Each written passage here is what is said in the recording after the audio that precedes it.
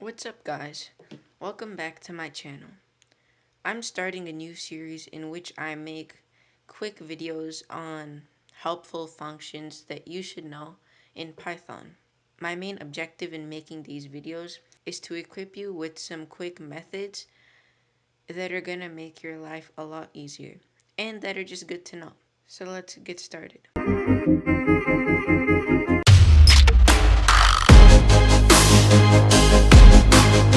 This first method is called the type method, and this method returns the type of the specified object that you pass to it. So I'll create an int, I'll call this num1 equals 8. So now, and if I want to see the type of this, all I have to do is print type num1. And now just run this and I get class int. If you want to check if your object is of a certain type, all you have to do is slightly modify this statement. So keep this print type num1, and now all you have to do is add the following code is int. So first let me run this and then I'll explain what's going on. So we get the output is true.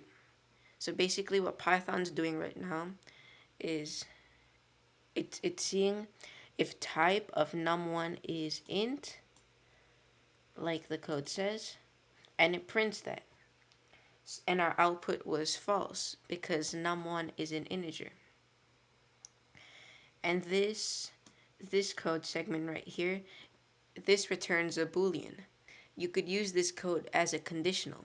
For example, if you did if type num1 is int, print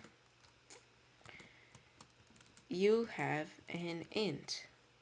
So let's run this and we get you have an int as our output. So you can also use type as a conditional, which you can then use inside an if statement in order for you to run whatever code you want. And there are many types.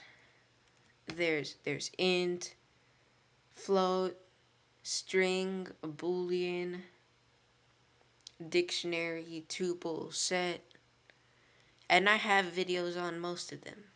So check those out if you haven't already.